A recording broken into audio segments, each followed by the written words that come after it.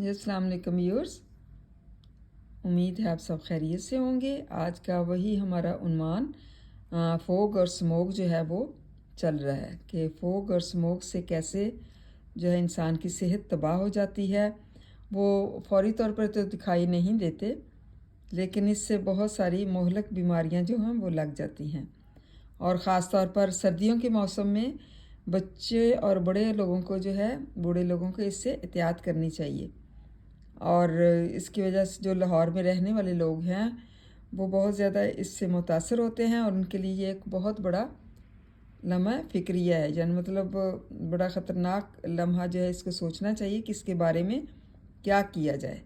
और जो सनती चिमनियों से निकलने वाली गैसें होती हैं, और ट्रैफिक बहुत ज़्यादा जो है, गाड़ियों के कच्चे रास्तों पर, शिकस्ता मतलब कमज़ोर सड़कों पर मोटर गाड़ियों की आमद-ओ-रफ्त से जो है उठने वाले गर्दो गुबार, मतलब मिट्टी के जो धुएँ होते हैं और मिट्टी का जो गर्दो गुबार उठता है जब वो गाड़ियाँ चलती हैं उन ख़तरनाक रास्तों पर, तो फ़िज़ा में आलूदगी पैदा कर देते हैं। मतलब बहुत ज़्यादा आलूदगी जो है वो पैदा हो जाती है।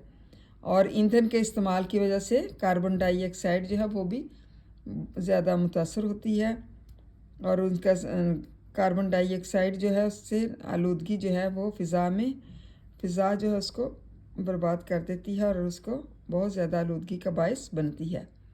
तो इसलिए ये सोचना चाहिए कि इसके लिए हमें क्या कर सकते हैं। मतलब ये इंसान की सेहत के लिए बहुत बड़ा लम्हा फ़िक्रिया है। सोच विचार करनी चाहिए कि हम जो हैं इसमें रहने वाले लोग किस तरह कर सकते हैं, किस तरह से इस पर काबू पा सकते हैं जो फ़िज़ा को जो आलूदगी हासिल हो रही है। तो ईंधन के बायस भी बहुत ज़्यादा जो है वो आलूदगी पैदा होती है, और ईंधन से जो धुआं उठता है और उसमें कार्बन डाइऑक्साइड होती है, तो वो बहुत ज़्यादा फ़िज़ाई आलूदगी पैदा हो जाती है। और बच्चे और बूढ़े जो है ख़ास तौर पर इससे बहुत ज़्यादा मुतासर होते हैं। उम्मीद है आपको इसके बारे में अच्छी तरह समझ आ गई होगी कि इसका फोग और स्मोक को जो है वो कैसे रोका जा सकता है। इसके लिए हमें क्या इक़दामात करने की ज़रूरत है। थैंक यू एंड जज़ाकल्लाह खैर।